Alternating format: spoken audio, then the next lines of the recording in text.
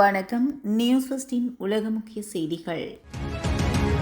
ஏமனின் Houthi அமைப்பினர்களின் அச்சுறுத்தல்கள் காரணமாக Saudi அரேபியாவை சேர்ந்த 6 பிரமாண்ட எண்ணெய் தாங்கிகள் ஏடன் வளைகுடாவில் தங்கள் பயணப்பாதையை மாற்றி தெற்கு ஆப்பிரிக்காவை நோக்கி சென்றுள்ளதாக தெரியவந்துள்ளது. ஆசியாவிலிருந்து வெறுமனே திரும்பிய இந்த தாங்கிகள் பாப் அல் மந்தேப் நீரிணை வழியாக செங்கடலை கடப்பதற்கு பதிலாக தெற்கு ஆப்பிரிக்காவை நோக்கி அணிவகுத்து சென்றுள்ளதாக LSEG மற்றும் மெரைன் ரேபிக் AIS கப்பல் கண்காணிப்பு தகவல்கள் தெரிவித்துள்ளது.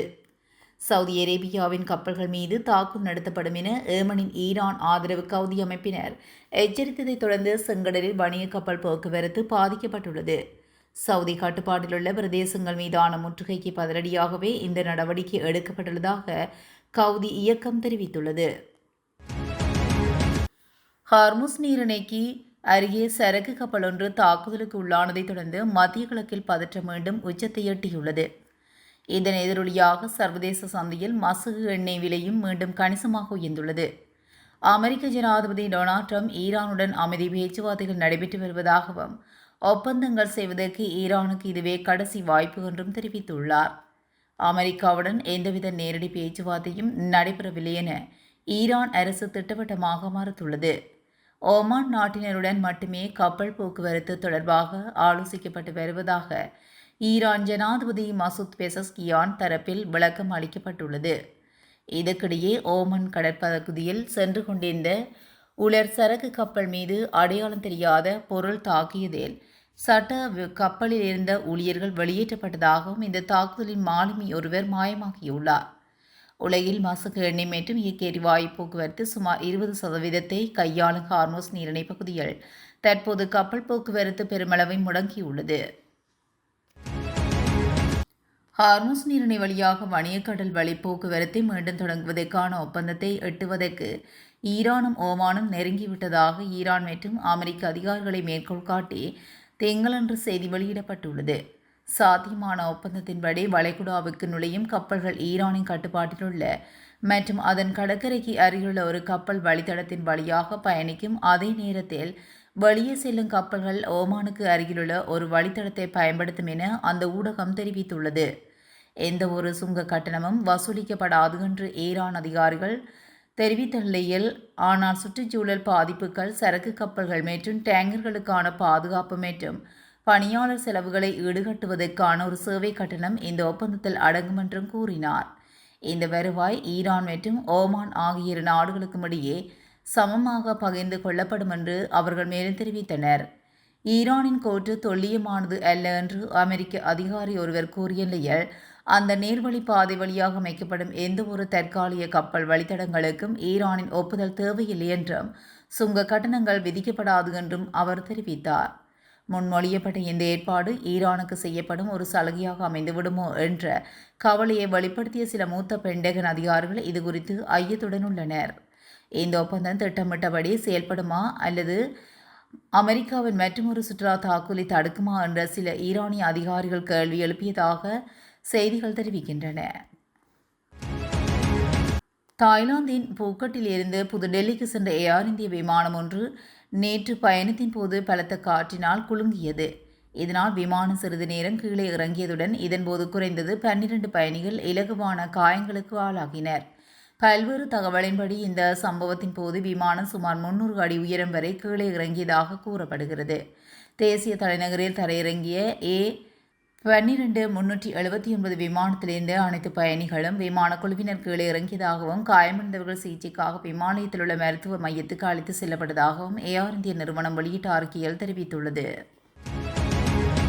பிரித்தானிய கடற்கரையில் நூற்றுக்கணக்கில் ஏலியன் ஜல்லி மீன்கள் கரையொதுங்கியிருப்பது பிரிட்டன் மக்களிடையே அச்சத்தை ஏற்படுத்தியுள்ளது. அசாதாரண காலங்களில் மட்டுமே இப்படி நடக்கும் என்றும் இவ்வாறு ஏலியன் ஜல்லி மீன்கள் கரையொதுங்கியிருப்பது பேரழிவுக்கான அறிகுறியாக இது இருக்கலாம் எனவும் மக்கள் அச்சமடைகின்றனர். பிரிட்டன் நிலவும் கடும் வெப்பநிலை அதிகரிப்பு காரணமாக பிரிட்டன் கடற்கரையில் ஏலியன் ஜல்லி மீன்கள் கரையொதுங்கி இருக்கின்றன. இவ்வாறு கரையொதுங்கியுள்ள இந்த ஜல்லி மீன்கள் பரவுவதற்கு ஏலியன்கள் மாதிரி இருப்பதனால் மக்களிடையே அச்சம் ஏற்பட்டிருக்கிறது.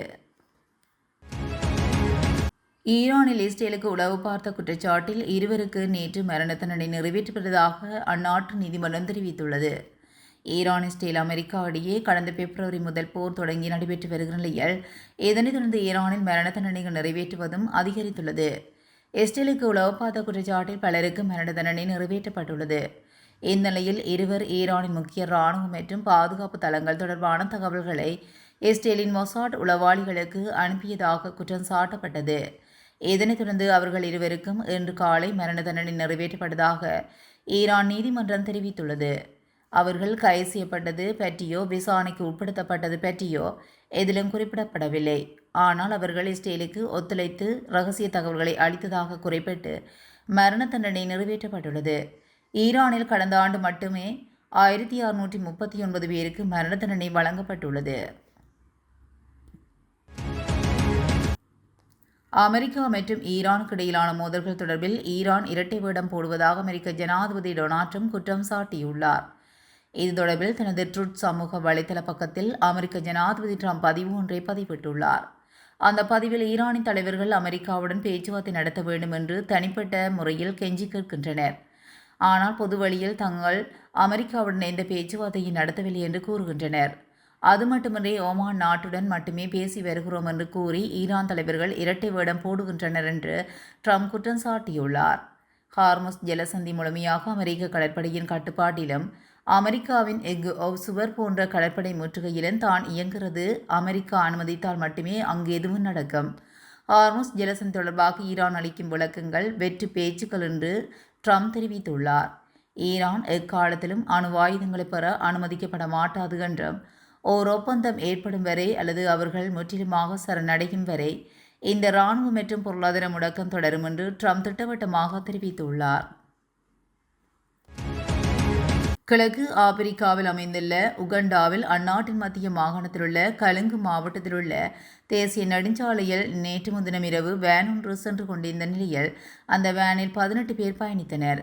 கலுங்கு மாவட்டத்தின் கமுகா நகர் அருகே சென்றபோது நெடுஞ்சாலையில் எதிரே வேகமாக வந்த லொரி வேன் மீது மோதியதில் இந்த கோர விபத்தில் வேனில் பயணம் செய்த 14 பேர் உயிரிழந்தனர்.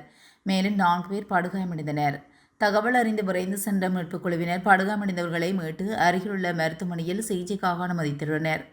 இந்த விபத்தை ஏற்படுத்திவிட்டு தப்பியோடிய டிரைவர் மீது போலீசார் வழக்கு பதிவு செய்து விசாரணை நடத்தி வருகின்றனர். இதுபோன்ற செய்திகளை உடனுக்குடன் தெரிந்து கொள்ள நியூஸ் ஃபர்ஸ்டுடன் இணைந்திருங்கள். நன்றி, வணக்கம்.